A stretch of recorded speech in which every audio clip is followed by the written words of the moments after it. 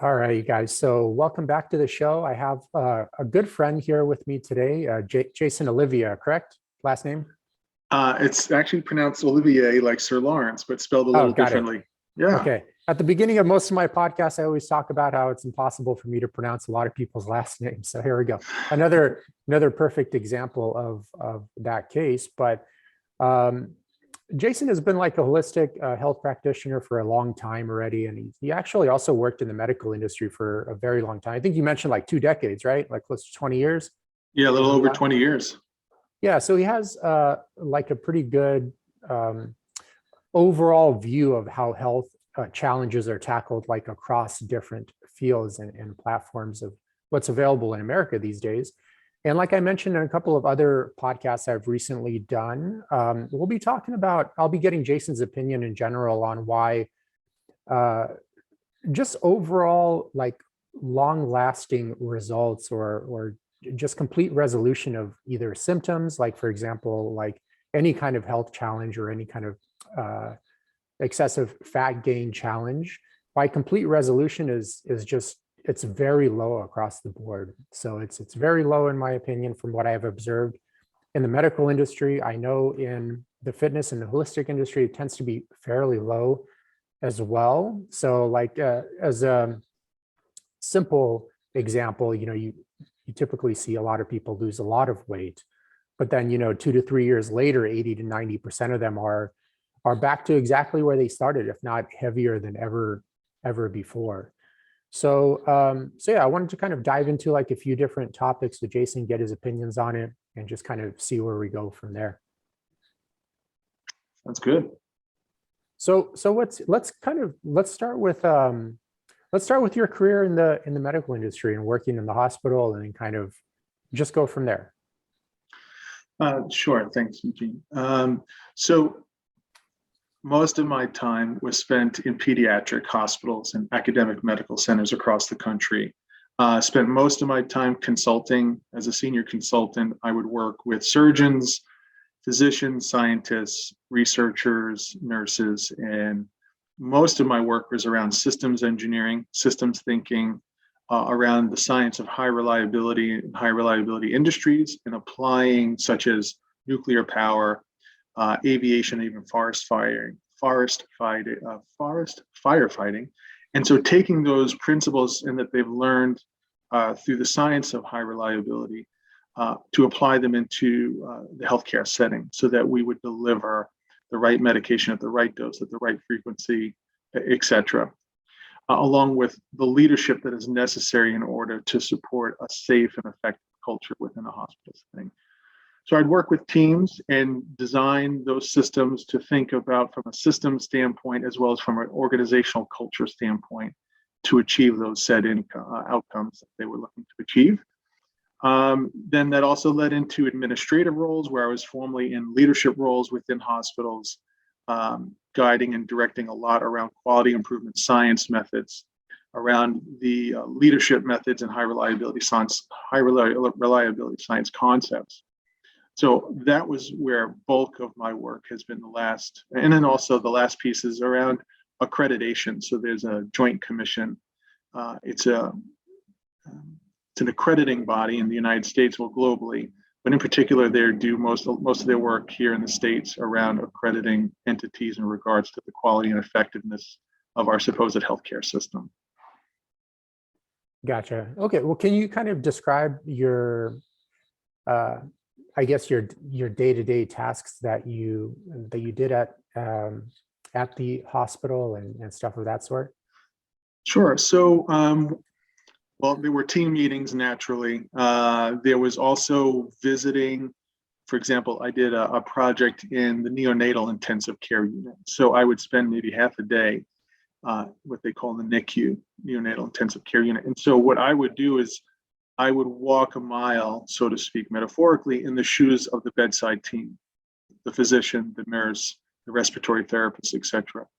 So I basically embedded myself with them to live, eat, and breathe and sleep the processes and how they interacted, how they communicated, how they didn't communicate, how did handoffs of information, handoffs of medication, handoffs of equipment work or not work.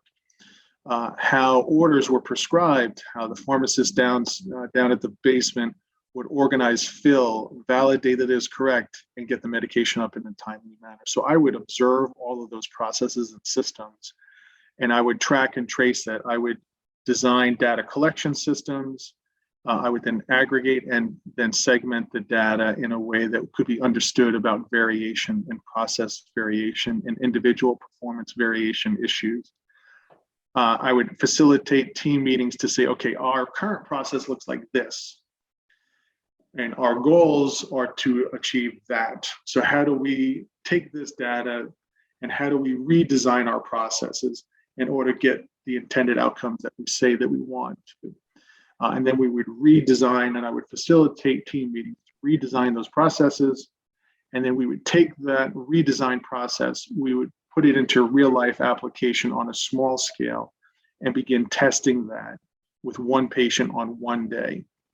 So maybe it might be something around medication delivery. So we would test the new design for one day with one patient on how to do that medication delivery system from all of those respective touch points that we've identified. Learn from that. It was called a plan, do, study, act cycle, or some call it a plan, do, check, act cycle.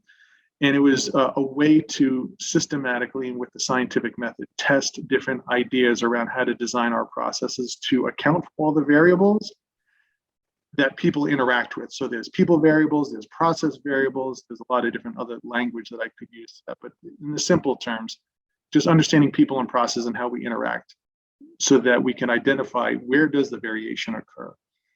Why does one physician do it this way and another physician do it that way when it's on the weekend versus a weekday? Where how do physicians who are newbies, so to speak, compared to an attending physician who's been there for 20 years, and how do they do it? So I would diagnose all of that. We would test those ideas, identify what worked and what didn't work. We would adapt it and then test it on the next patient again the next day. And if that worked to our intended outcome, then if it was reproducible and repeatable, then we'd start scaling it up and say, okay, well, today we're going to test it on 3 patients. Today, then after we had success with that, we tested it with 10 patients and then 20 patients. Next thing you know, we do the whole unit was be following the same standardized process, looking for the variables that made it where it would fail. So we were looking for failures of why the design would work.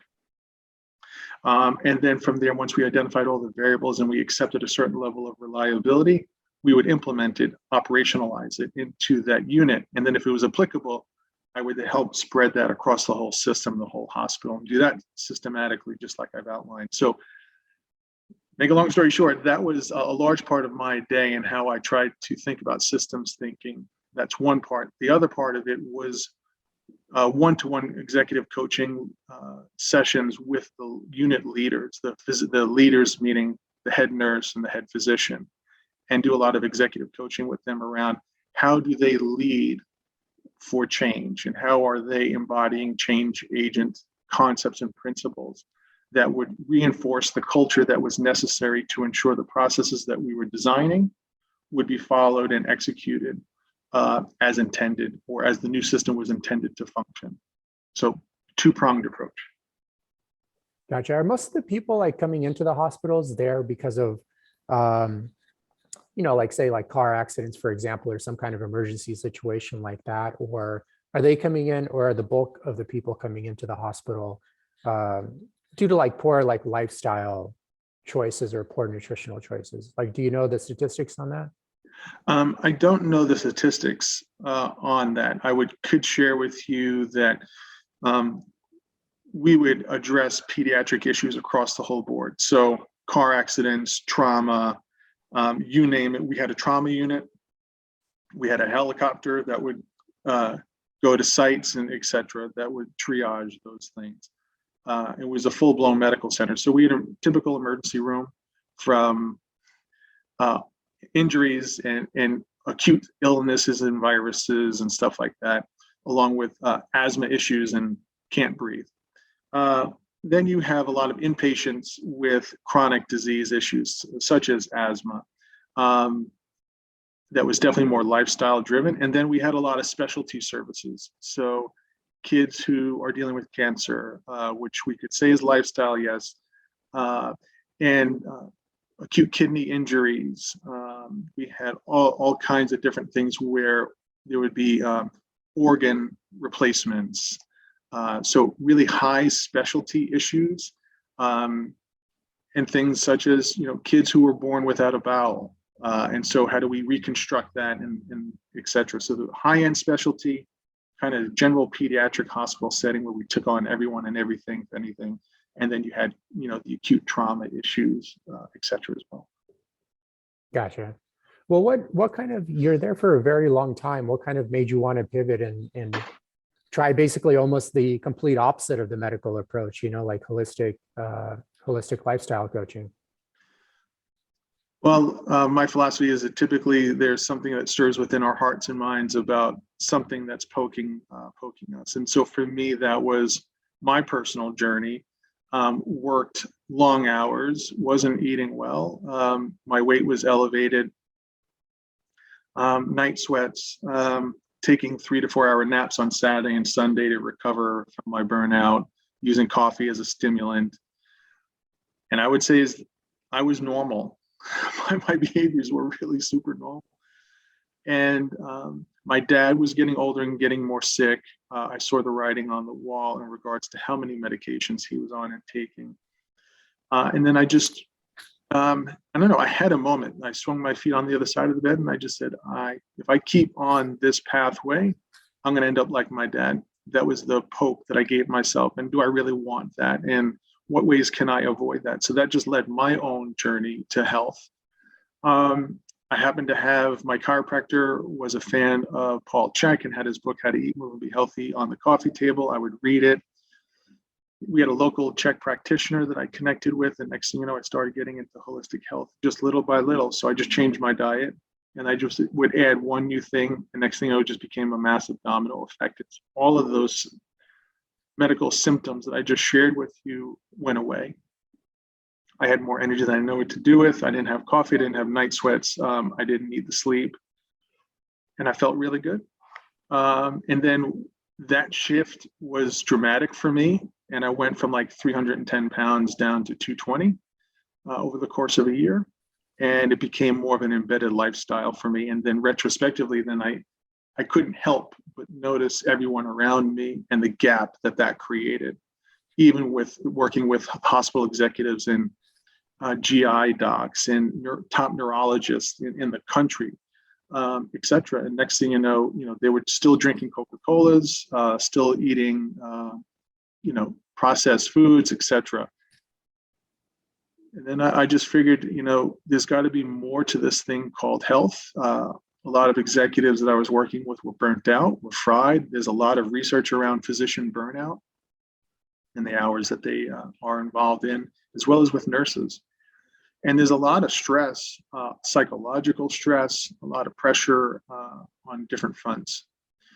So that just naturally morphed me into my executive coaching, morphed in and of itself, not only around being a leader and how to change and how to drive for influence.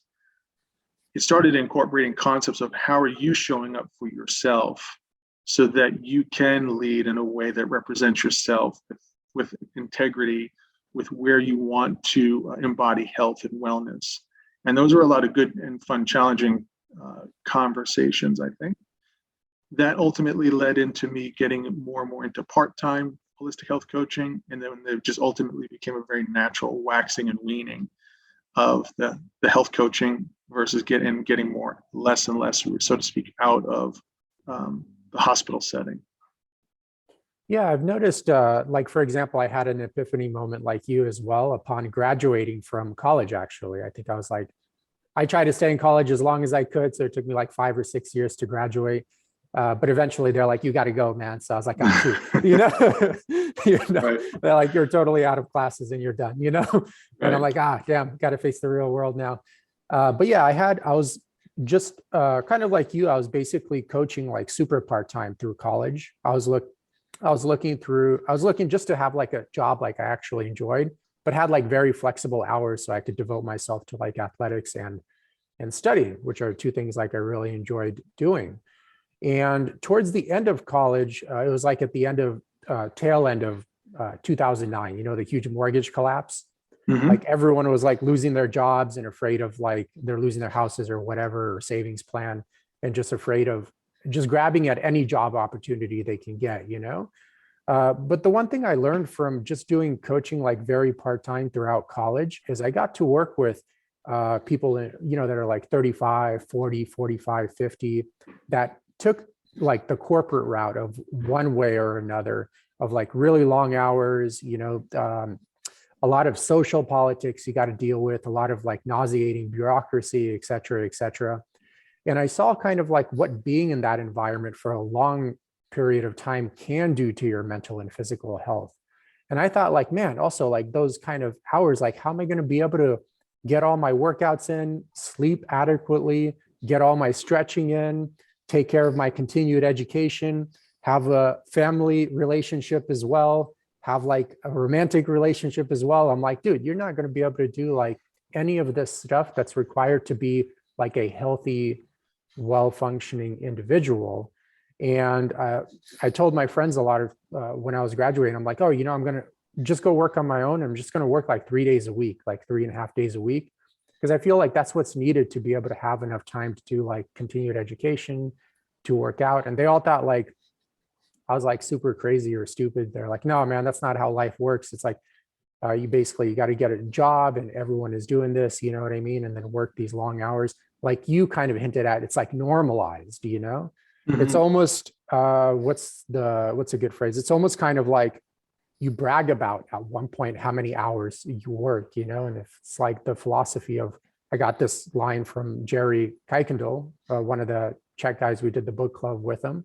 Mhm. And he's like, oh, you brag about like, if you're not dying for your job, you're not doing your job, and that kind of philosophy or psychology that's very pathological, in my opinion, has been totally normalized. And in fact, almost like looked up to. I don't know what Um, your take is with that. And I see that yeah. totally in physicians and nurses as well. Ironically, they're trying to promote like a health system, but they themselves, from my observation, the bulk majority of them are just like very, very unhealthy. And as well, medical school, perfect example, working their students to the death, although probably the bulk of them academically understand the importance of being able to manage your central nervous system appropriately with not like crazy hours of work and poor diets, et cetera, et cetera. I appreciate that. My part of my background is in psychology, so we would label that normalized deviancy. Uh, in my opinion, we would just normalize, just when you just deviate so far from what the human body needs to function and needs to thrive in. And you take a step back sometimes and you just realize how far we've gotten away from some of the fundamental principles of what health is. I think that's why most people in healthcare are really challenged. If you were to ask them what's health, it's really simple, straightforward question. What is your definition of health, or what is the healthcare system itself supposed definition of health? I have found time and time again, the answers are woefully inadequate. Confusion, uncertainty, a lack of confidence and clarity are ways in which I would describe that. And ultimately, they just have to turn to language that is classical in a sense of disease management. We try to keep people healthy and safe and enjoy life. And I just think that it comes across as a band-aid of behind it a lot of uncertainty, and really struggle to really answer that question. And I've asked that question of chief medical officers. I mean, people who've been in the business for a long time, and I get a lot of hemming and hawing when they themselves really can't answer that for themselves. It's a pretty interesting paradox, I find it, that healthcare struggles to define what is health with clarity, and clarity and succinctness, I think. I mean, surely like you were in the industry for a long time, and I kind of interviewed a few doctors about this as well.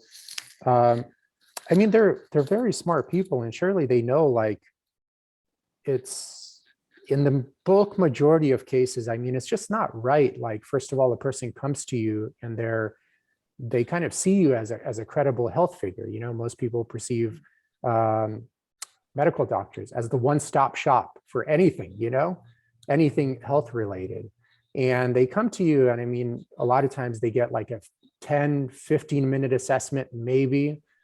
Uh, and surely they know, I mean, there's a lot more they could be doing for the person than just giving them like, oh, you have tremendous anxiety and stress. Okay, here's like an anti-anxiety medication, you know, I'll see you in like 2 months. We'll see how you're doing. And then like, I mean, surely they understand that just a lot of times that kind of model, all it's doing is just facilitating and allowing the belief system of the psychology that led to all those problems to begin with, which would inevitably lead to a tremendous amount of more problems in the future, especially as complications from all these medications begin to arise later in years. And then you need medications for those, the side effects of those medications, and then medication for the side effects of those medications that are treating the side effects of the other medication. I mean, you don't need a health degree or an understanding of health to understand that there's something not working there. I appreciate that, Eugene. So this is not a quick fix. I've had this conversation as well, something along these lines. You really have to get into medical schools. You have to address the way physicians are actually trained. And it will take many years after that paradigm shift, if it ever occurs, for those to become the attendings and in our hospital systems or the primary care doctors. I was shocked when, and I worked at an academic medical center at a very well-known center, and I would work all the time with interns, AKA medical students, and going through their 4 years of residency. What I would share with you is when I would actually teach them part of what's called quality improvement science methods, right? So it's a long, nice term to just simply say is, how do you make improvements to the system so that the system can reliably reproduce and repeat itself, right? And so we get into systems thinking and systems design. Well, I asked one of the faculty who was a physician, said, and they taught medical students in medical school, and I've asked this a couple of times, to collect different data points. And I said, are you guys never at all, or gals, never taught about systems thinking as it relates that the body is a system of systems? And he looked at me very plain and simple and said, we don't teach physicians and students to think and understand the body that way. We look at it very siloed. So when they go do an intern on the GI system, it's all about the GI system. They have no concept of upstream implications for inputs into the gut health and the outputs of gut health and how that plays into the next system, et cetera. And I was astonished. I was astonished that they did not look and were not taught that the body is a system of systems in an intricate web, so to speak, of design. And if anything, I hope people can take away and appreciate that that's who you're talking to. You're talking to, most of the time, a physician who, right or wrong, good or bad, has not been trained that way. And so if they're not trained that way, it is hard to evolve into that thinking unless you learn through consequences of seeing what's occurring in the health field. So that there, to me, lies a big opportunity, is getting involved or somehow addressing the medical education and how they are taught and see, and therefore how they will see and perceive the world. So, but can't you, as like a practitioner, I mean, after 10 years, you know, the bulk majority of your clients are coming back like sicker and sicker every year because the etiology of what led to all those issues never addressed ever. I mean, don't you like kind of like, I need to change something, or what's the point of my job? I'm supposed to be a healthcare provider, but most of my clients are just getting sicker and sicker every year, and I'm shoving all these pills at them and they still get even more sicker and sicker. Like, I'm just wondering, like, how do they justify, like, keep coming back to work, you know? You know, sometimes I appreciate those questions. And so how I process that question is something like this, is how do I, as an individual, do the same thing with my life? and where I've been at in my life and my journey.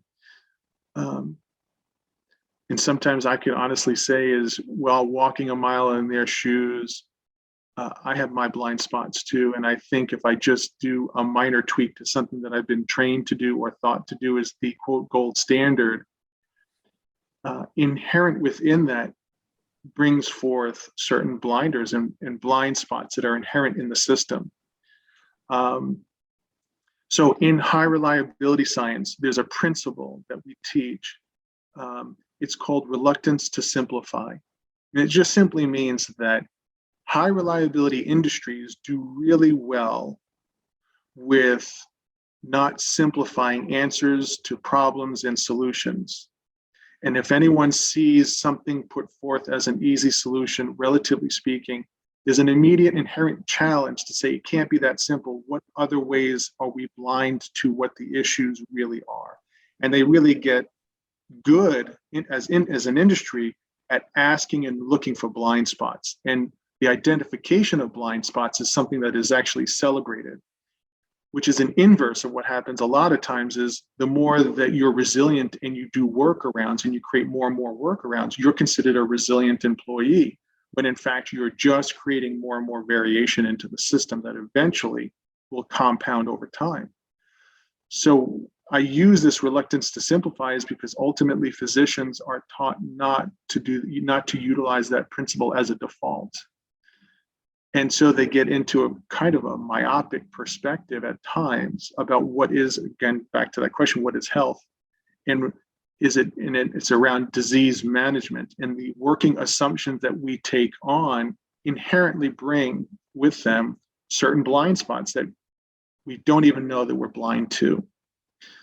So that's how I think about the answer to your question is I try to internalize that and personalize it to myself and say, why would a physician who's been trained in the way they have been trained not feel the consequences of that medical model? How might they be rationalizing that this is the best practice?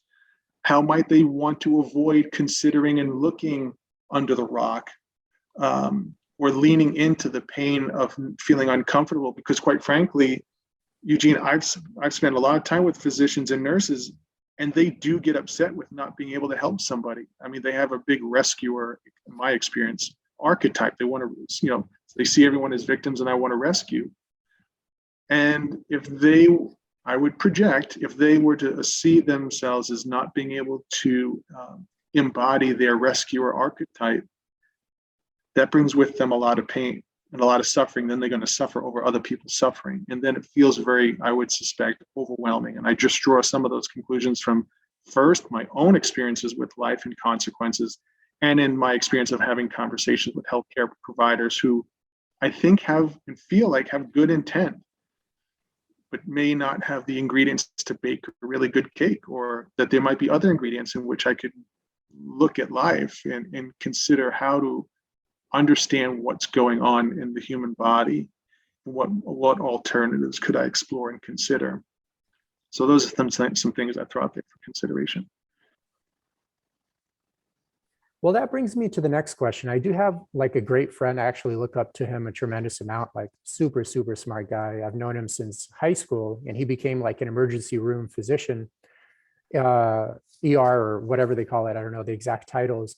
But he was telling me one time we went out to lunch and he was just telling me like how, as you hinted at, how he genuinely, and I do feel he's like actually genuinely a good-hearted person. That's actually very intelligent also.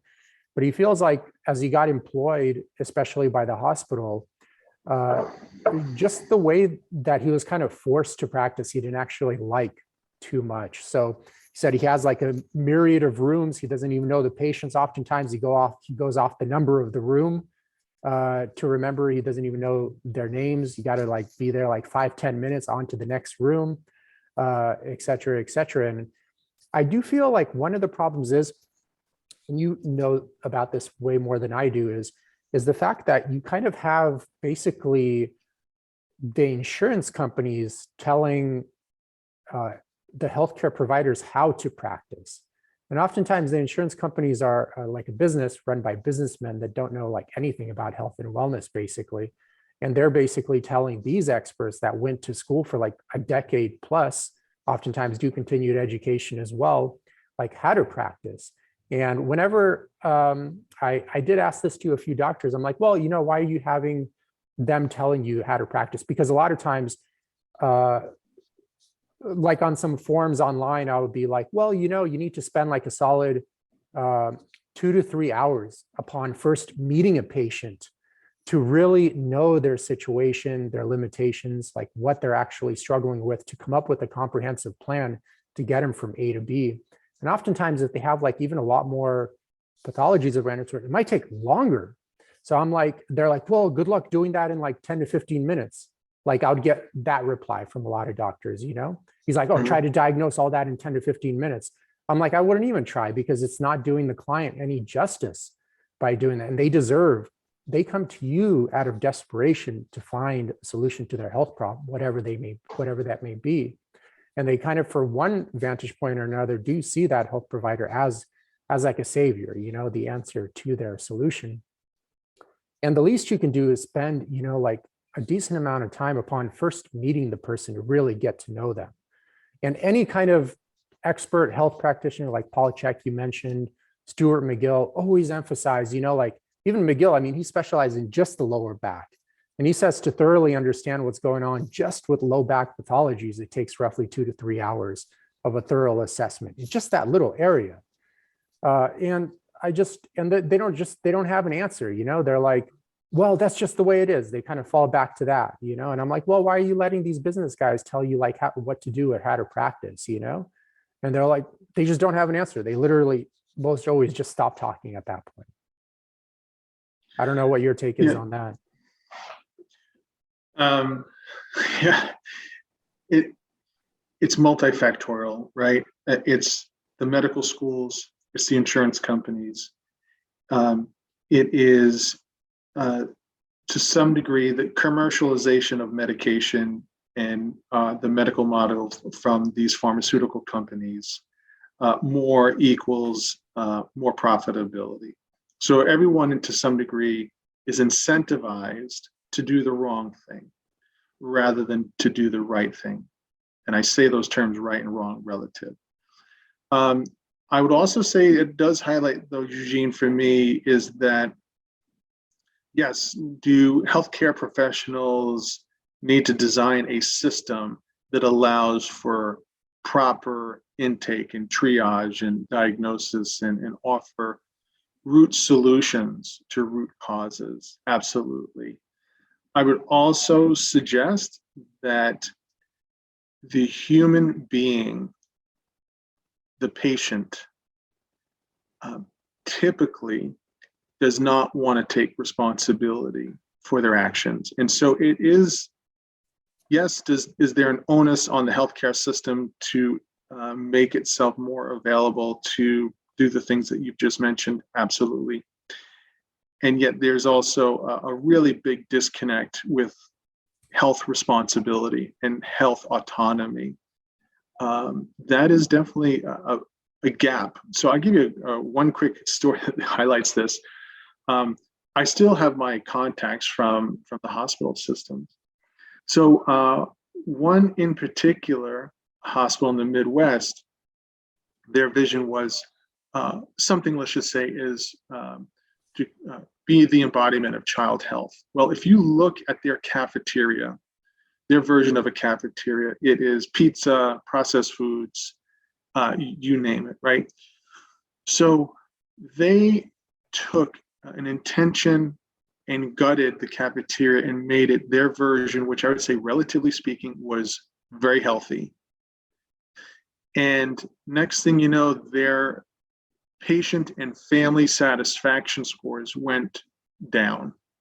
Now that shows up in things like the annual US News and World Report, where, every hospital is getting ranked in regards to satisfaction, clinical outcomes, people that they're reaching, et cetera, right? So this hospital went from being ranked as, let's just say number 10 out of 100 to like 12 or 13th or 14th out of 100. I don't remember the exact numbers, but they were dinged because their parent satisfaction because they said basically food was a comfort for when their kid was going under these different procedures and what have you.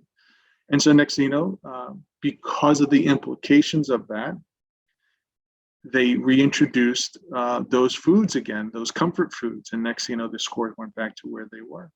So I give you that really interesting story that sometimes the hospital system, when they even want to do the right thing, the voice of the customer, as we would call it, because of their awareness and how they approach their pain and suffering, look to the hospital, which therefore enables these certain ingrained patterns. And we can get into, okay, well, when they were children, they found comfort foods, and we can get into all of that fun inner child stuff. But at the end of the day, it does work both ways. And so ultimately, it's not as simple. It may not be as complex, but it may not be as simple. And I would say it's probably geared towards more complex than simple, as the answers in multifactorial.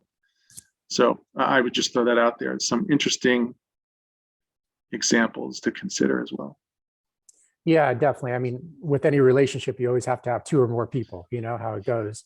Yeah. And the one thing I was going to mention to kind of side with what you're saying is I feel like a lot of times, just like what you said, basically, but in a different way, just people don't want to look in the mirror and admit to themselves that most of their health problems, if not all of them, are just done by themselves. You know, they're doing it to themselves, and they don't want to take responsibility for that, because oftentimes it would mean, for example, quitting that super stressful job, you know, or getting out of that super stressful relationship, or whatever it could mean. And that's oftentimes, not going to lie, like hard change. It's hard to do that. But I also tell people like, hey, dude, it's not easy being full of obesity, misery, and disease either, you know, and you live with that like every freaking day. And I feel this is a relationship that works together, because on the one hand, you have a patient that doesn't want to admit that they're causing all their own problems. And then on the other hand, you have a person that's able to facilitate that kind of philosophy. You know, it's like, oh, well, don't worry about taking the rock out of your shoe. I know it's causing you pain. Just take these painkillers for a while, you know, and they'll let you continue to be the dummy that led you to this problem to begin with. And don't worry, eventually the painkillers will cause a decent amount of toxicity in your body 2 to 3 years from now, and addiction as well. But hey, we have another medication to counter that medication, you know, so you can once again continue the pathological cycle of being the dummy that led to all the problems that you're having. And it's most always never just your problems. Okay, you can only give as much love and energy as you have. So if you don't have health, you don't have love, energy, your family is going to suffer as well. Okay, it's not just impacting that particular person. So I don't know if you have anything else to say on that subject. I appreciated your words in many ways, in many shades of gray there. So no, at this point, I think you summed it up well, Eugene, for me. I appreciate that. Thank you. Is it true, like, I don't know if this is true at all, or it's kind of conspiracy theory stuff, but is it true, like, basically, like, some people claim, like, oh, the pharmaceutical industry bought out the medical school, and they're basically only teaching them in a way to kind of prescribe the medications they're obviously selling and profiting tremendously from? Is that true, or is that kind of wishy-washy? Good question. So I would never claim to be an expert at answering this question. I would just say symptomatically, I would say is they're learned to diagnose and look at problems through the lens of the anti of that, right? So it usually comes in the form of antibiotic, antimicrobial, anti-something, right? To address the symptom, to counter the symptom. And that's, to me, an issue in and of itself from a philosophical standpoint. And that's why we can get into the rabbit hole of homeopathy and like cures like model, which is different than what I just mentioned. So do they? I would say is that's been my experience symptomatically of looking at it from a how do we get a diagnosis, and then what is the prescription for it? And it could be in the form of a surgery, it could be in the form of a pill. Yes, it could be in the form of also things of like just getting this kid fluids, or we need to change their medication because we know more about certain types of medications and how they interact. and what are contraindicators of this medication versus that medication, and how do we minimize the collateral damage with certain medications. However, with that said, that's to the best of my ability to share that to me has been my default experience. They don't approach it, in my experience, where the body fundamentally can heal itself if we just remove the reasons why it's being disrupted in its own healing processes to begin with. There's certain tenets within naturopathic physician schools, for example. One of them is that the body can and does heal itself when you either get out of the way or be able to absorb nutrients and feed the body. That is not a tenet, as if you will, that's self-evident, let me say that, in the Western model.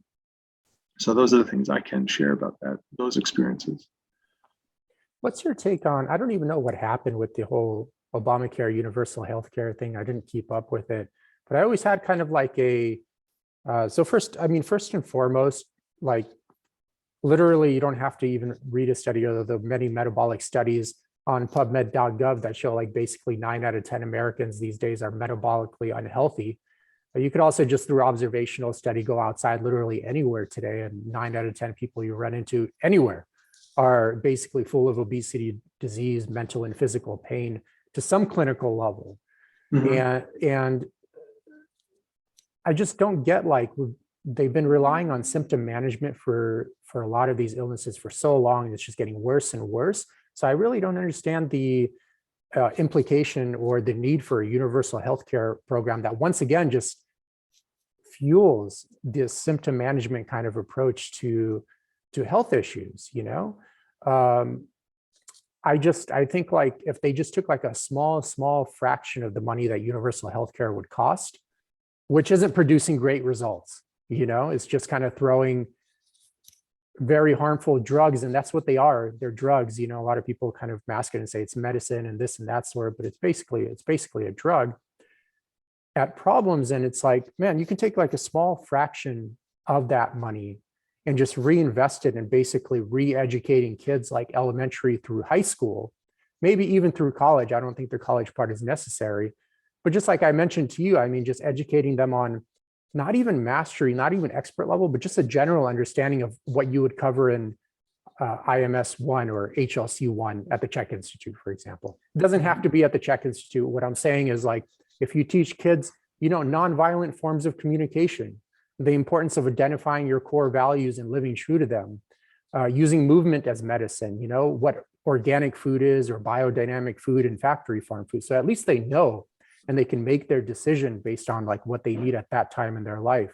The importance of staying hydrated, the importance of sleeping, and not falling into this like work hard, play hard type of idiocy that ages you and et cetera, and causes all sorts of disease. If you just get kids to like have a fundamental understanding, not even expert level, just a fundamental understanding of those concepts, pretty much 90% of the health problems we're dealing with now as a country would disappear within a generation. And ironically, you can still have a universal healthcare program because way less people would use it.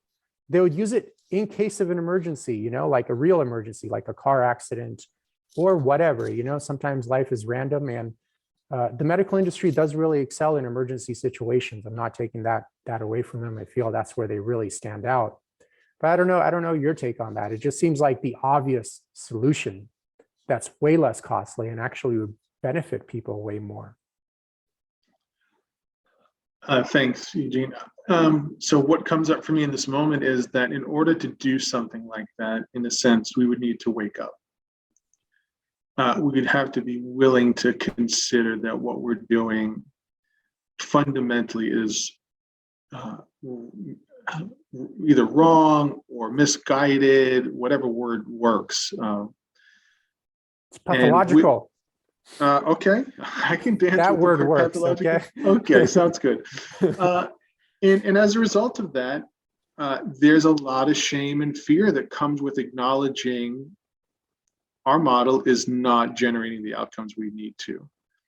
And we need to be able to be honest and vulnerable with that. Some people would then jump on the bandwagon and say, well, then therefore, you can't be trusted. Therefore, what future advice are you going to give us now that would be credible, so to speak? So there's all kinds of, and that's why I think there's all kinds of messaging management. Language is important, because all of this ultimately I spent most of my time doing with myself and in the presence of other people and other leaders is it's egoic management. We're managing egos, managing messages, managing exhaustive amount of time and energy trying to manage people's perceptions. And I think ultimately to come back to directly is it would introduce a lot of pain and shame and fear into the individual and collective psyche. And I think we would have probably, I would suspect, an identity crisis. Well, then what the hell is healthcare? What do we do? Like what function do we serve? Have we served? How have we gotten away from nature and the fundamentals of human biology and chemistry? How have we given our asses away to these entities that want to do a synthetic GMO-based lifestyle and turn people into synthetic organisms? Is my story. So, you have all of those things, and then next thing you know, it becomes a compounded, painful, suffering type experience for individuals and collectives. And I think, like in any work, that onion is probably not going to get peeled too fast and too hard. Most people are comfortable with their misery. And so we have a little fun saying sometimes that I think we've both heard is disturbing the comfort and comfort the disturbed. On some application of that, it might be worthwhile exploring for us in applying to your example, your question. Well, really quick, you mentioned a few good things that we can touch on here. So you mentioned they're comfortable. Now, I wouldn't say they're comfortable. I would say more there's like a decent amount of cognitive dissonance, in the sense that they've been living that way for so long, they've just habituated to it, which the human being generally tends to do. They get used to whatever environment they live in for prolonged periods of time, whatever that may be. Because a lot of these people that you're referring to are like comfortable, for example. So the HAQ from HLC2. For the listeners, is basically like a long questionnaire that goes into gut health, musculoskeletal health, emotional health, et cetera, et cetera. And a lot of times, like, for example, when people come into coaching, one good example is I used to give grocery store tours when writing my second book to help master the material. And sometimes there will be a person that comes up to me and they would say like, hey man, I've been eating this factory farm food and this junk food my whole entire life and I'm completely fine. Meanwhile, the guy's like 35, for example, obese, on 3 different medications, kind of walking with a limp because he has like a pinched nerve in his lower back, et cetera, et cetera.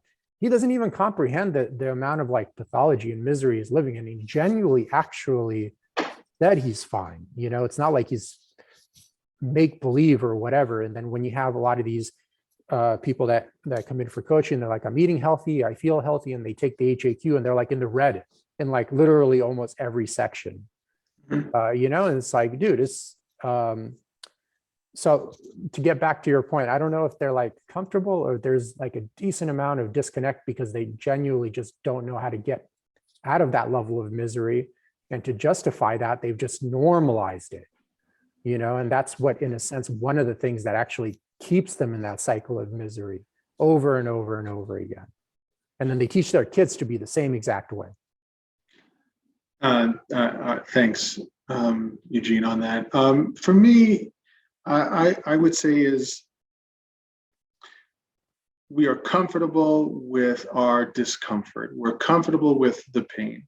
We've normalized ourselves to our lifestyle, and we don't really know any different, is how I would propose that. So yes, is there a tremendous amount of disassociation and repression and suppression of life? Absolutely. And to me, that's neurologically based in that we want as an organism to survive. And this is how we've conditioned ourselves under the perception and the illusion that this is what it takes in order to survive. And we just perpetuate that moving forward. I think and feel like if we were to be honest, if we peel back the curtain too fast, I think we would become catatonic in regards to just how much pain and suffering we have and perpetually are experiencing in this given moment. So to me, it is, I think that, if you will, the benefit of our ego parts and pieces, so to speak, if we use that language, is that it allows us to expose ourselves to what we've been suppressing, ignoring, disassociating from little by little. And even when we, quote, feel stretched or pushed out of our, quote, comfort zone, to me, that's, there's an opportunity of functional adaptation, emotionally or physiologically speaking, to the environment, so that it's more realistic of what's really occurring, and yet not so real that we become obliviated from being able to really deal with that. So because we don't have the skills, the cognitive, emotional, mental, intuitive, spiritual skills to navigate our exposure to stuff. And, you know, for example, like, not to divert too much, but I mean, having done plant medicine, you know, if there isn't a certain amount of inner work, you could be exposed to it with under the guidance of plant medicine and lose your orientation, and, you know, forget a whole lot of things about who or what you perceive yourself to be, and have a hard time putting your pieces back together for integration purposes.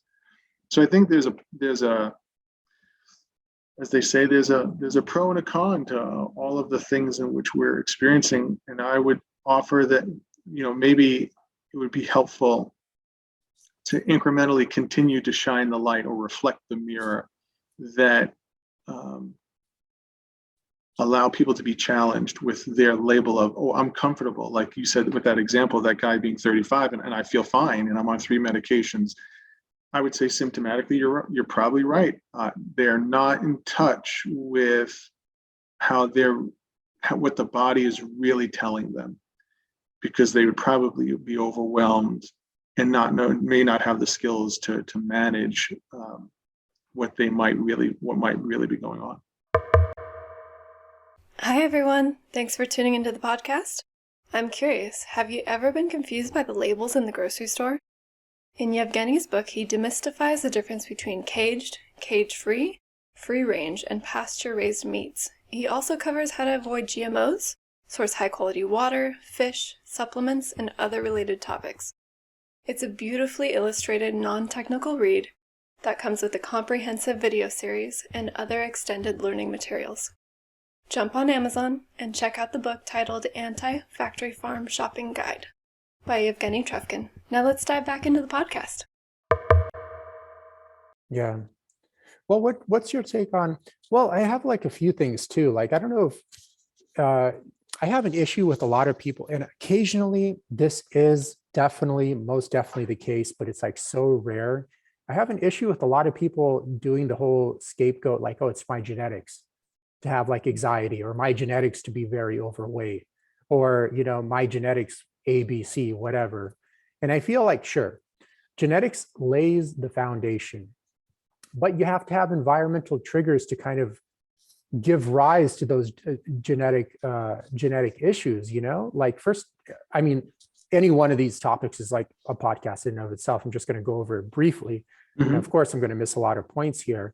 But like, for example, I can easily say, and I have had doctors tell me this before, oh, you're just like genetically inclined to be like anxious. I had a lot of social anxiety at my younger age, and just not knowing any better and not knowing any other solution, I went to, you know, like a medical doctor, and I told them like, oh, you know, I have anxiety, I have trouble dating or giving presentations at school with projects I need to give, because I just get too anxious and I almost like freeze up, you know, it's like that level of anxiety.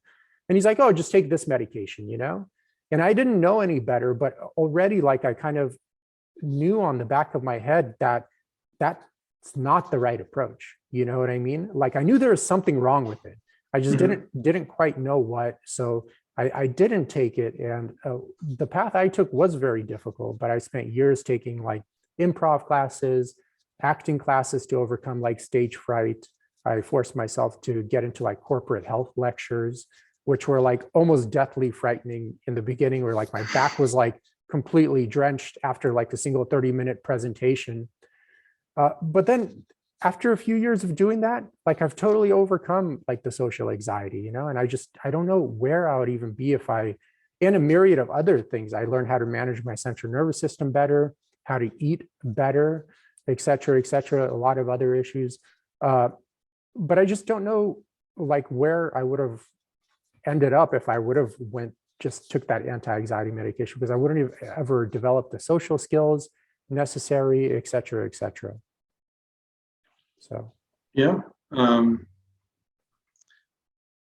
That's a pretty important lesson, I think. And I recall my own versions of those, Eugene, about what I take away from that story is that at the end of the day, whatever comes up for you in the form of a trigger, a stress response, how adaptive can you be to be curious and have the courage to look beyond the symptom and begin that process of peeling those layers, even as young individuals, and how that, I'll say, problem solving, opportunity approaching to life can be systemic in all phases of life. Just being curious and having the courage to ask some questions about what potentially could be the source of this, and how can I adapt and deal with this with practice and time under tension in a way that gives me an opportunity to do this more organically, rather than bypassing, popping a pill, or doing some idea that might be helpful on the surface, but never facilitates one to acquire the skills to navigate life, is what I took away from that example. Yeah, and I feel like just like the medicine approach, like solely just relying on that, it just doesn't work. I feel, in my opinion, I mean, it would be one thing if it actually genuinely worked, but it doesn't work. It's like the problems manifest itself tenfold like a few years later if they're not dealt with. I've never seen anyone really have like a good resolution of symptoms just relying on medicine. They just get worse and worse year after year. You know, you can see it in their facial expression and the way they look. Their behavioral patterns become like worse and worse. You know, it's like, I just don't know, but. Yeah, well, you know, this gets into, to some degree, what I think a lot of clinicians in my experience deal with. So if a patient comes to you today and says, here are my symptoms, and you actually if you had the space to work with them and say, here's the root cause, and the root solutions are look at your shit and process your shit, so to speak, they might flip you literally the bird. And metaphorically. Yes, literally. And they would say, they might flip you the bird and say, I'm not ready. I don't want to do that. So then the physician is in a little bit of a double bind.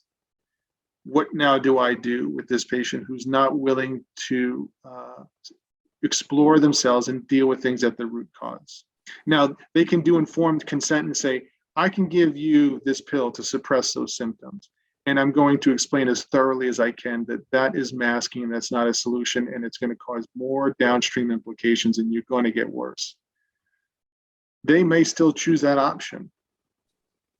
So as a physician or as a clinician or anything, even within yourself, then you just do that and say, okay, well, what am I willing to do now in that role as a healthcare provider for this patient? Do I say, well, go see somebody else because I'm not going to prescribe you something that is not going to be the solution to the problem? That's one option. And some clinicians do that and say, I only work with this type of population. That's it. Another one would say is, I'm going to provide that script and I will have this conversation repeatedly with them for the next several years, for however long as it takes. And I'm sure there's all kinds of dozens of approaches that a clinician can approach within that continuum. So for me, it boils down to the saving grace that I feel like I can deal with is me, and how do I experience myself, and how do I see myself in everyone that I coach, and people who I don't coach. And as Carl Jung would say, is the triggers, I'm paraphrasing, but some version of the triggers that you have about someone is a reflection of your shadow parts and pieces that you haven't come to terms with. So, and at the same token, the other side of that is not to become indifferent and just, it is what it is. And I think it's also maybe a compensation for the pain and suffering that one might experience because of that approach. So I ultimately would say is, for me, it's about me and dealing with my own stuff and what comes up for me, and how I can look at myself and how I can look at myself through the lens of other people and offer an invitation. And that's why I always liked the language that we have shared in some teachings and trainings that we've been to together around invitation and inviting curiosity and courage as an antidote to the typical shame and fear that people are typically motivated by. So that seems to be working for me, at least as of late. Talk to me in a year from now, it might be a different story. I don't know. So for listeners, this is a radio, so you're only going to hear Jason's voice. But if you see him, he's like 50 years old, but he really looks like he's like 25 or something. Okay, so he's doing something right. I really thought you were like a lot younger. That's why I mentioned like, oh man, you really got to be on top of your sleep if you want intensive workouts, like as if you would agree because you're 35 as well, but you're not, And I'm like, damn, surprise to me. But yeah, to mention, it is a two-way road. Like I've had some of my physician friends tell me like they refuse to prescribe medications to some patients that would come in their office. And then their patients would kind of threaten to leave them like a bad review, like on Yelp or something of that sort. Or just kind of like, oh, what if I die because I wasn't prescribed this medication, and then it's like malpractice on your part or some BS of that sort. So it's totally a two-way road. Two-way road there. Well, what's your take? I feel like with the last 2 years, especially this whole entire like COVID-19 situation was the epitome of how addicted people are to symptom management and how addicted like society is systemically to that approach, in the sense that it's almost like illegal to talk about being healthy these days, Absolutely. I would say the idea that there's one solution for billions of people's problem ought to, I would hope, raise a red flag for anybody that can see the forest from the trees sometimes. So that to me is a clear red flag. The idea that we can take this one medical procedure and get ourselves out of anything is the epitome, I think, of what you're talking about, is the idea that we will just be dealing with people's symptomatic issues and never really have the conversation or have a campaign. The whole idea around campaigning is around social distancing, 6 feet, use the mask, even double mask, and get the jab and get the boosters. And all of those things have been so ingrained on all media, all mediums, in all ways. And I can't recall anything remotely close to a campaign that says, drink good quality water, get good sleep, have 1 or 2 stress management techniques, stop eating sugar and processed foods and eat clean whole foods, etc. And make sure you check your vitamin D levels and get them high or appropriately high within the functional medicine range. We don't even talk about those terms and have a relentless drumbeat about those lifestyle factors that we know, according even to the data sources that are interesting, aka the CDC's, and their own data and other research has pointed to the idea that lifestyle, comorbidities, age, which I predict is associated with age because of people's long-term misuse of their body, are all significant driving factors, risk factors for hospitalizations and severe COVID. And vitamin D levels naturally is a symptom of them not taking care of themselves and getting the right nutrients and the ability to absorb nutrients. So all of that to me this has been an epitome of our conversation to some degree about what is the problem? How do we diagnose the problem at its root cause? And how do we genuinely offer medical root solutions? And I think that they've been woefully inadequate. And it truly highlights that they're really into symptom management. And then what will happen is at some point, the sun will set to some degree with COVID in the sense of how acute we're dealing with it now. And eventually, they will never address the lifestyle factors associated with what makes people vulnerable in the first place to have a severe response or reaction to COVID. And then we're equally subjective to the very next virus that comes, whether it's a year, 5 years, 10 years, 50 years from now, whatever the duration is. The population is equally as vulnerable. We haven't done any of the work that is necessary in order to address those vulnerabilities. So for me, it's a very dangerous time in some regards. One perspective is that people have been reinforced. This model is just do this thing, do this medical procedure, and you're going to be okay. And that's not been proven to be the case. And it just leads us down a rabbit hole, Eugene, and I think it's concerning. Yeah, it's like I always say, sick people cannot make healthy decisions, or they wouldn't be sick.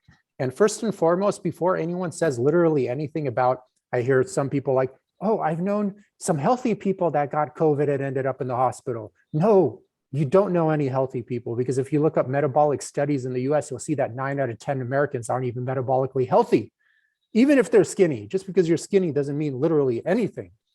So, and like I said in the beginning of our show, like, don't look up these studies. Don't go to pubmed.gov and know how to read English. It's okay if that's too difficult. Just go outside literally anywhere in America. And like I say so often, because it needs to be said often, like 9 out of 10 people you run into these days are full of obesity and disease and full of mental and physical pain. And it's like completely normal. And one thing that really kind of ticked me off the most is not the fact of these getting a vaccine or not. It's just, if you want to get it. I have probably more vaccines having lived in India and China than probably the average American will ever have. My issue was like, dude, people bragging about getting the vaccine, and then you see them at a fast food place. You see them still working themselves to death with long, stressful hours that is definitely suppressing their immune system, putting their central nervous system on overdrive, making them more susceptible to anything. And it's like, dude, we have right now like 800 to 900,000 Americans that are dying every single year from heart attacks alone, which is so easy to prevent. It's almost insulting to hear that number, that it's so high.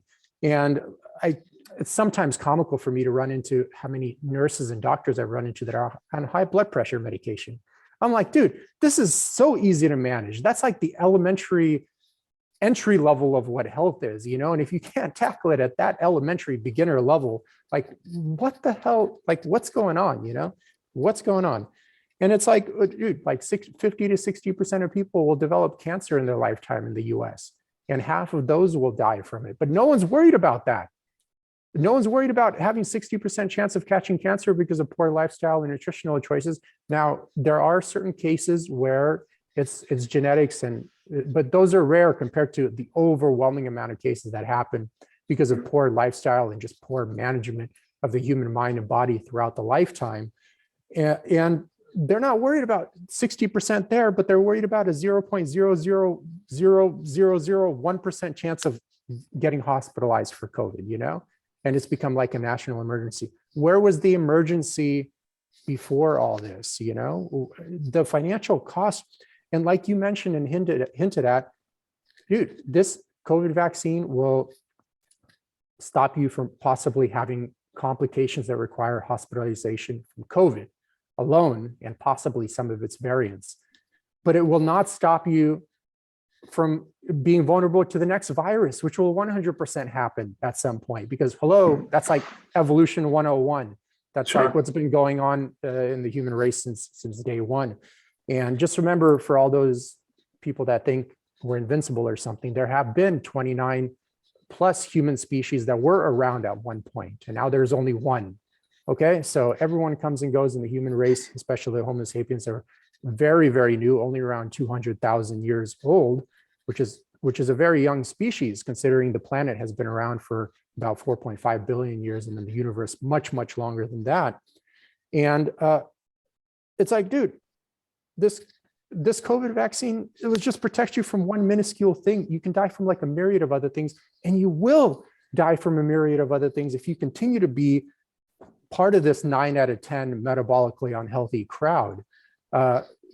You're dead anyways, dude. Your time is ticking, you know? I mean, be real with yourself, man. Stop being a delusional retard. Yeah, sorry. I tend to be more fired up with my language than Jason, but hopefully Jason balances me out here. So, but yeah, touching on that, that just really kind of ticked me off when people are like, "Ooh, like I'm healthy now. I got the vaccine," you know? I'm like, no, you're still a miserable, very sick individual, you know, that's unfortunately probably going to have kids and then teach their kids to be exactly the same way, which is very unfortunate and can be classified under child abuse, in my opinion. But do you have any other input to put on that one? I kind of got carried away, a little bit emotional on that one.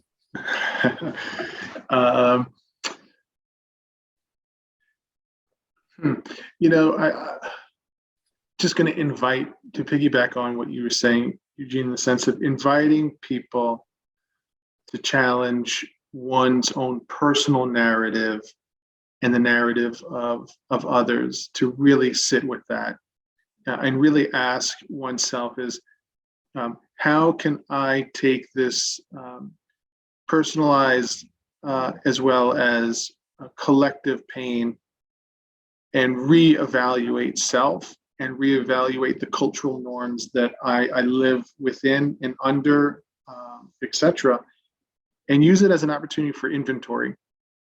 And where am I at?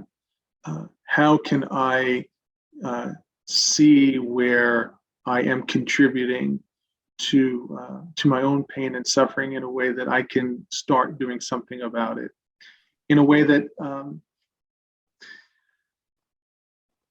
I could start doing on Tuesday.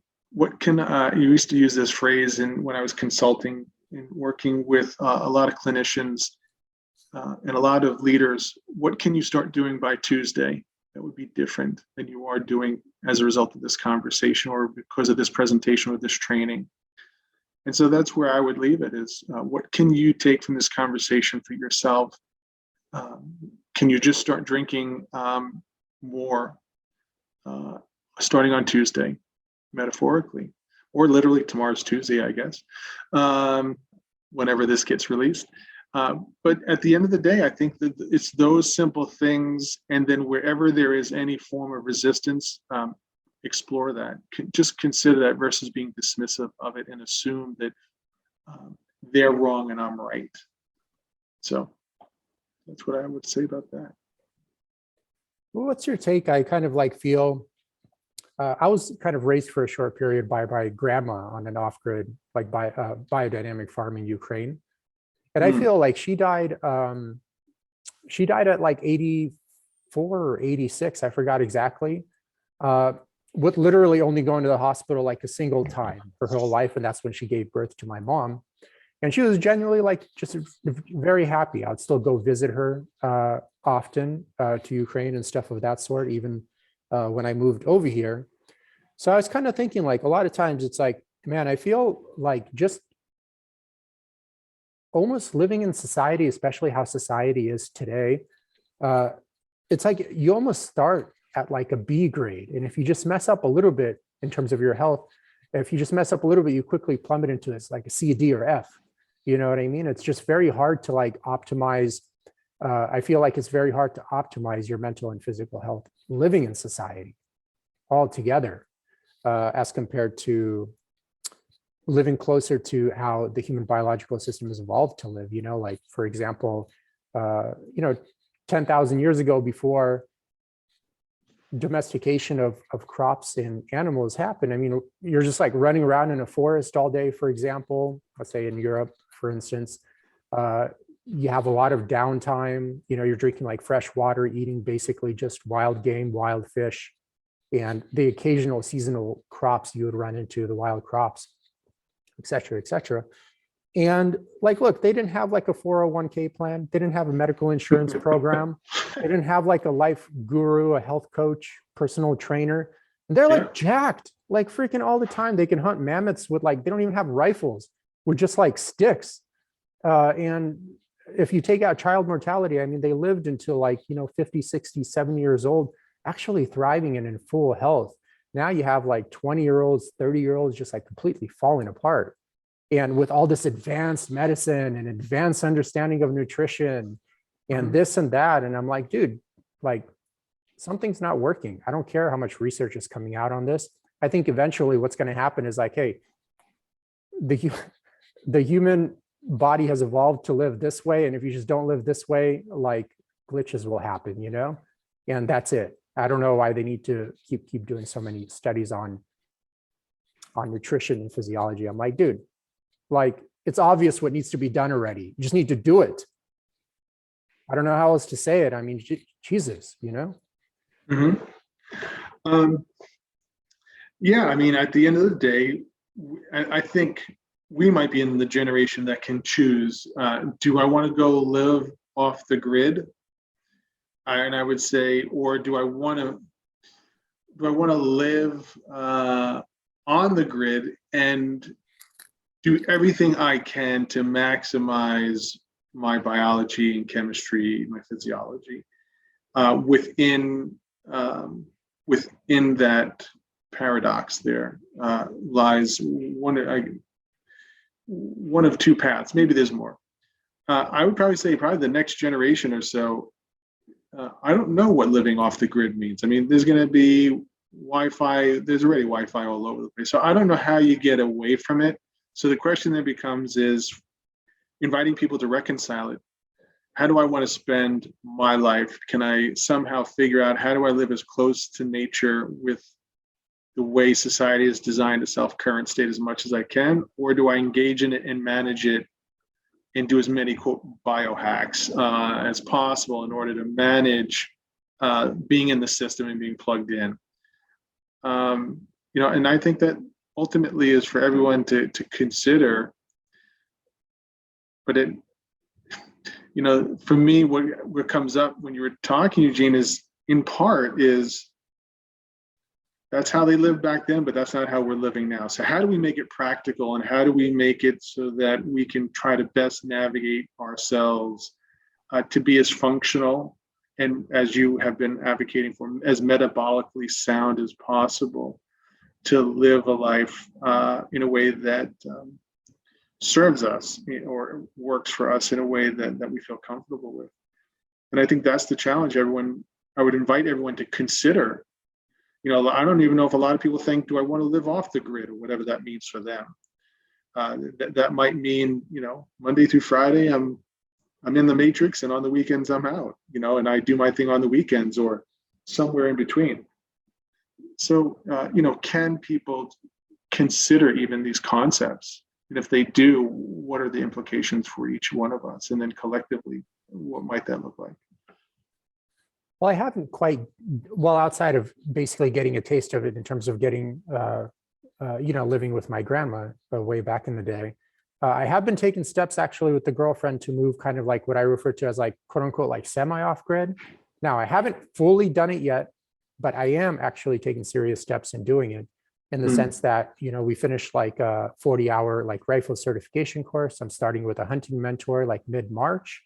And then we'll be buying some land like 2 hours away from the city, so you can have that kind of middle ground in terms of like being surrounded by nature 24/7, not actually having to drive out to nature or go out of your way. It's just happening by default already. And then obviously through hunting, basically just rely actually on just living off of like wild game for the most part, which is fairly not difficult to do, especially for when you're just looking to supply adequate amount of food for just two people. Right. So It's not that difficult actually to do. And I feel, obviously working for yourself is huge in terms of being able to customize your schedule, especially working remotely. That I feel is like, if anyone that has a job right now can figure out a way to work remotely, that's already such a huge step in the right direction, simply because now all of a sudden you have an extra hour or two a day that you could at least devote to like more me time or whatever you feel you needed in your life at that moment to create more balance. And then just also, I feel just dealing with the bureaucracy or social politics that you typically run into is like nauseating. And I feel like a lot of people would probably agree with me. And just distancing yourself, especially when, the average person working there is probably full of like so much pathology, just distancing yourself from that is already such a huge upgrade, I feel. So it's not that tough. It's not that tough. And also, like, a lot of people feel like they need to make like a lot of money or a decent amount of money. And I presume that might be the case in some cities. But there's a good book called like The Millionaire Next Door. I read it like a long time ago. I forgot the author, but it's a very popular book. And he outlined that like the majority of actually millionaires in the US are like blue collar workers. And they make anywhere, I forgot the exact numbers, I'm probably going to misquote it here, but they make anywhere between like 90 to 110,000 a year. And they're not like your lawyers or your doctors, et cetera, et cetera. Most, in terms of the quantity of millionaires, actually are like the plumbers, or they have a random carpentry business or something like that, something of that sort. And they just end up living usually way below their means. So you describe like if a person could actually live in an upscale neighborhood, they actually purposely live in like a middle class neighborhood, or like vice versa, as one way to kind of accumulate their millions a lot faster, et cetera, et cetera. And that he mentioned like they buy only used cars. They typically have like one car per household. And like a couple of, so long ago, I already forgot exactly what was outlined there, but basically a lot of times people are, I feel, killing themselves just to live in this like upscale neighborhood or whatever, and just have like certain amount of materialistic possessions. But really, I feel just at the end of the day, it's all about like, man, what's really going to make you happy is like, are you feeling well? At the end of the day, are you feeling like physically and mentally well? Are you like happy, like at least most days? It doesn't have to be like every day. Are you like in a loving relationship? All those like oftentimes like basic things are what I feel really add a tremendous amount of value to you. Like, is your physique good looking? Although, aesthetics isn't everything, I'm pretty sure it would just add value to your life, if you were like very obese and just like very fit, et cetera, et cetera. So. Amen. I love it. Well, let's move on a little bit. We talked about like the medical industry for a while. I do feel also like we don't have to touch it into so much detail because a lot of it is overlapping here, but I do feel like the success rates and also like the fitness in the holistic industry is like very low overall as well, which kind of, once again, covers a lot of the points of why that's the case, which we already covered. But what's your kind of take on that? My theory is one part still addicted to the Western model, but think of using holistic health principles or practices with still that philosophy in mind that we can just supplement our way out of our problems. It's one theory that I have. Another theory is that we still get to the root cause, which is me, myself, and I. It takes, in my experience, a fair amount of willingness to look at yourself in the mirror. That doesn't change, and I don't care if it's holistic health, alternative medicine, Western medicine, Chinese medicine, whatever the medical model you're using. I still feel like it always comes down to the individual be willing to look at themselves in the mirror. And that's why, for example, the concept of self-sabotage is such a pronounced and ingrained part of our human experience and experiences. And I don't think that our ability to sabotage ourselves stops because we choose a different medical model to practice in. So that's how I feel about that. And ultimately, if we have false beliefs and false perceptions that drive our physiology at the root, your beliefs don't discriminate between this model and that model. It just filters it all accordingly. And that gets us down into why I think we still struggle as human beings experience life. Gotcha. Well, what would you do? Like, how do you work through clients' self-sabotaging behavior? I know you do a lot of that for your work.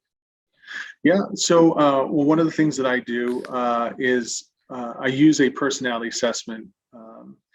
It's mine specifically is called the Inner Compass Personality Assessment, and it looks at 9 different personality types.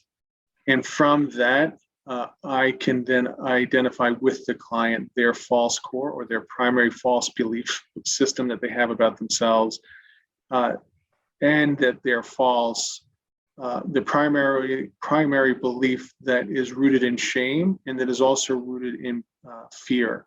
So it's this triangle psychological structure. So that's why I call it the false core triangle. So it's a belief of self, a core belief rooted in shame, and another core belief that's rooted in fear. And so from that perspective, alters or is like putting on a pair of sunglasses, so to speak. And if you're wearing orange sunglasses, then everything that you're going to look outside of those sunglasses is going to be orange, no matter what the external environment is or is not. And that helps me as a health coach to look at people's patterns of thinking, feeling, and behaving and emoting.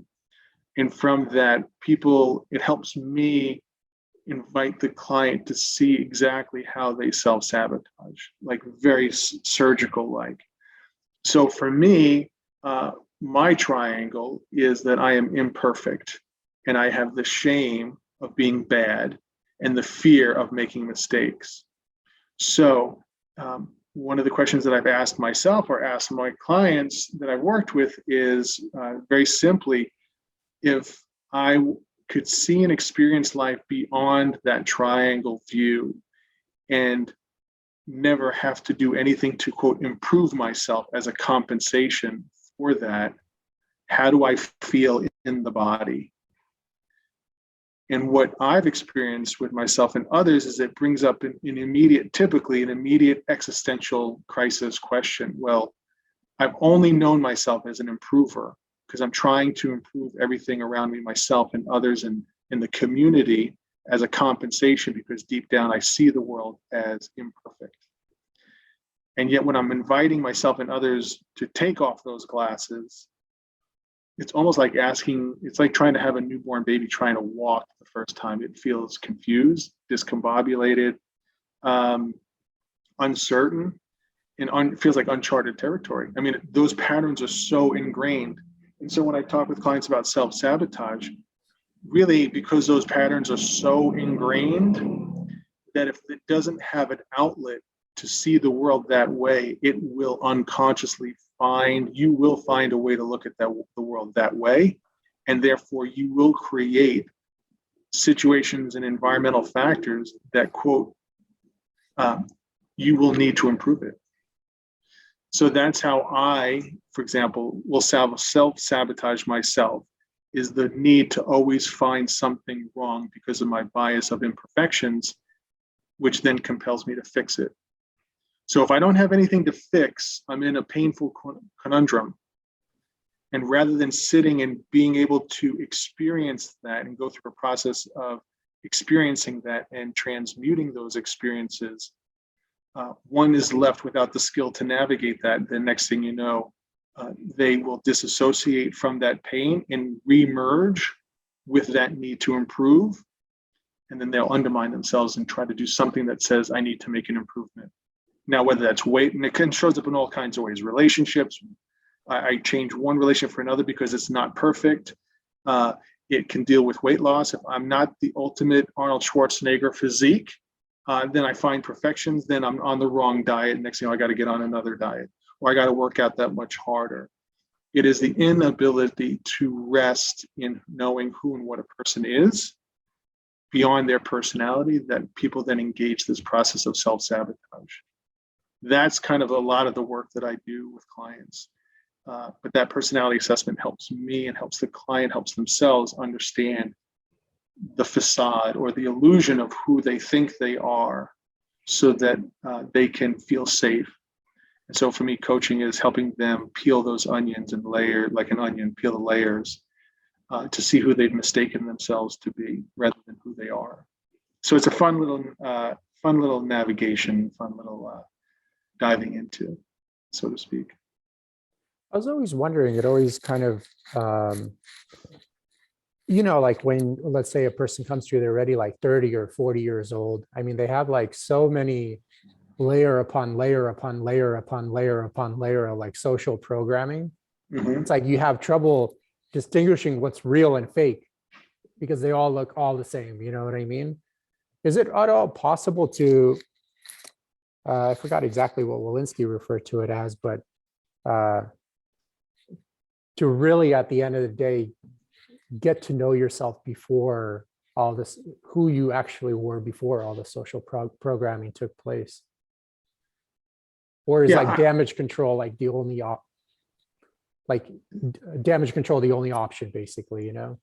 Yeah, I appreciate it. It's a process. It's, the amount of conditioning, the amount of addiction to our shame and fear, in proportion to how much am I willing to challenge myself with curiosity and courage. I like courage and curiosity language as an antidote to shame and fear. That works for me. And to the degree which someone is willing to, little by little, peel the onions, peel the layers, I think there is the ability to experience and to embrace what I think you're getting at. I know I have.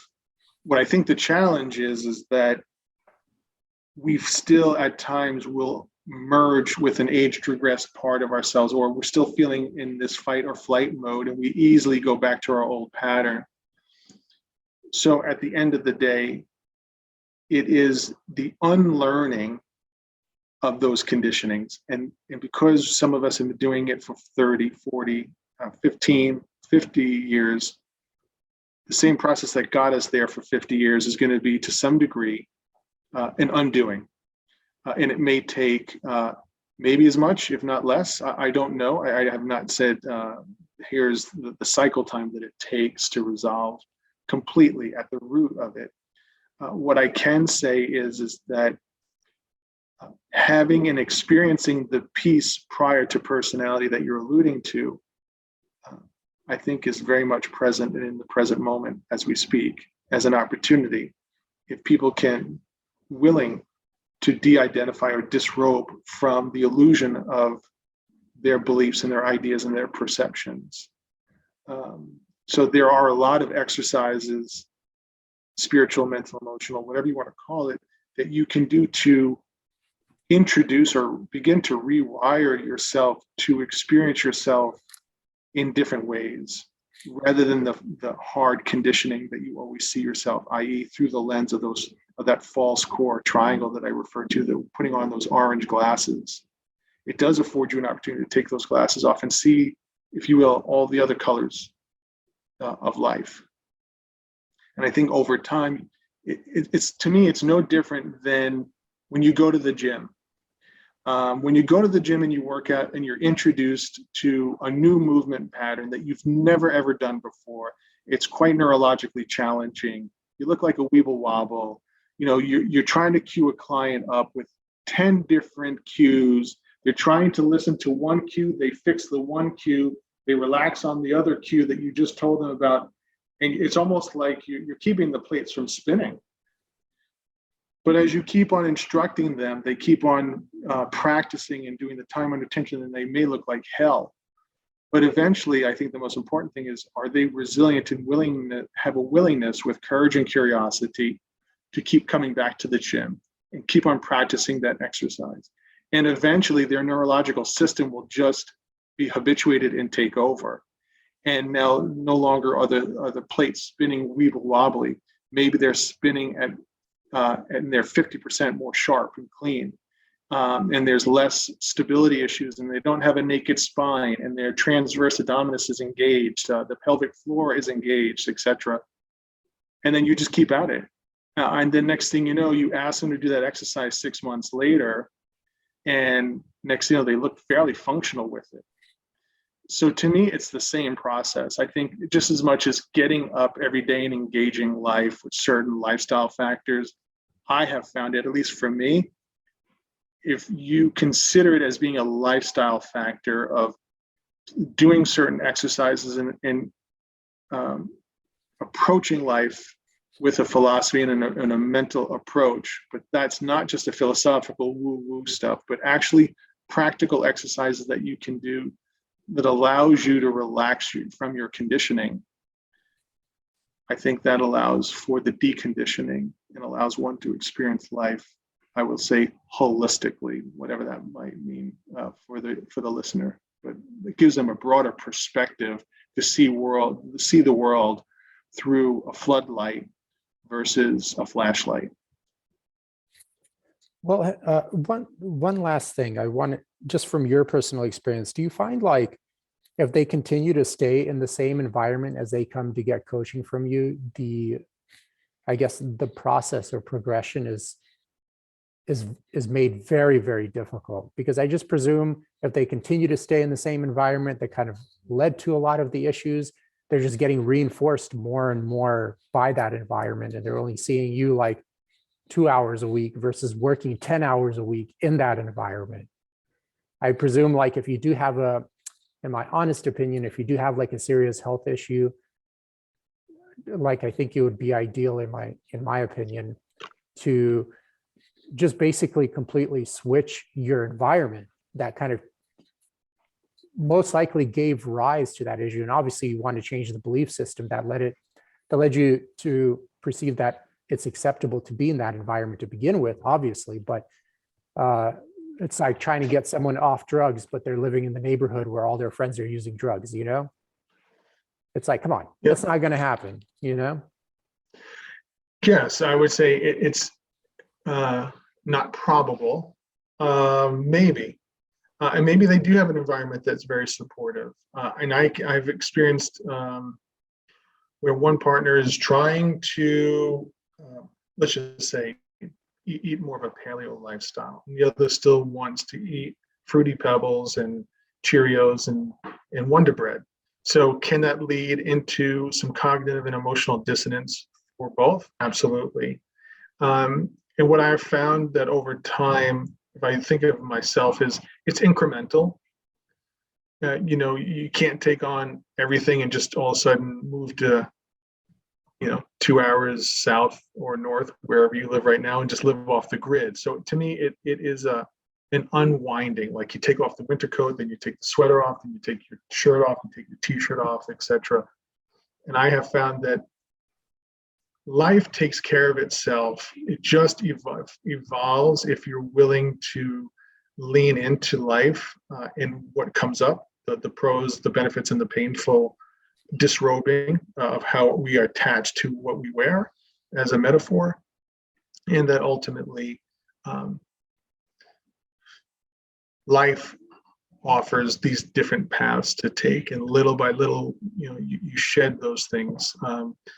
For me, leaving healthcare, I think I was still in healthcare 10 years, maybe 8 or 9 years after I had that pivotal moment. I put my feet on the other side of the bed.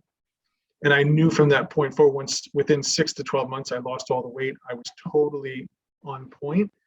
But I didn't implement all of for example, those 6 foundational principles at one time, but I was systematically doing them one at a time, made them as part of my lifestyle, and moved on to the next, so that the energy I had for change was in proportion. But it still took me 8 years, if you will.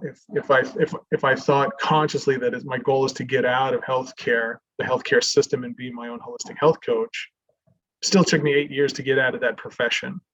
And for some, it might be their relationship. It might take 20 years it might take 15 years for them to come to terms with, what they may need to do for their overall health and vitality.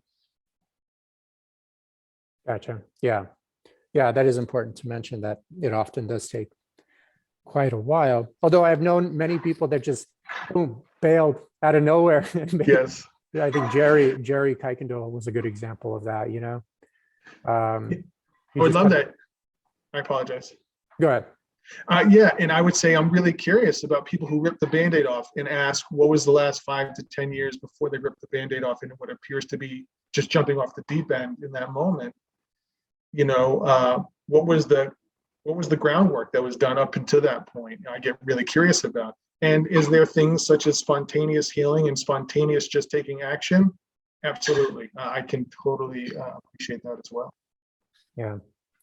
Well, are there any other subjects you would like to cover before we call it a day?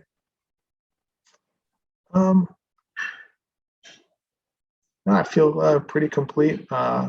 We touched on a bunch of different topics, which I appreciate, Eugene. It was a cool conversation. Cool. Well, thank you for being a guest, Jason. It's good to see you again. Yes, sir. Cheers. Thanks for tuning into the podcast. If you've ever had trouble losing weight, or you've lost weight, but still didn't have the ideal body or health you're aiming for, please feel free to reach out anytime and book an assessment. Eugene will work with you to cover your goals in detail, see what's holding you back, and go from there.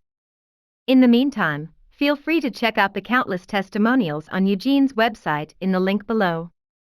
In the testimonial section, you'll notice everyone has various backgrounds, are of all different ages, and all have had different challenges in their life, but they all have one thing in common: they were all able to find their health and achieve their ideal body. You're also welcome to add yourself to the Facebook group in the link below. There you'll have access to the live videos that Eugene does weekly on Sundays, and other helpful content.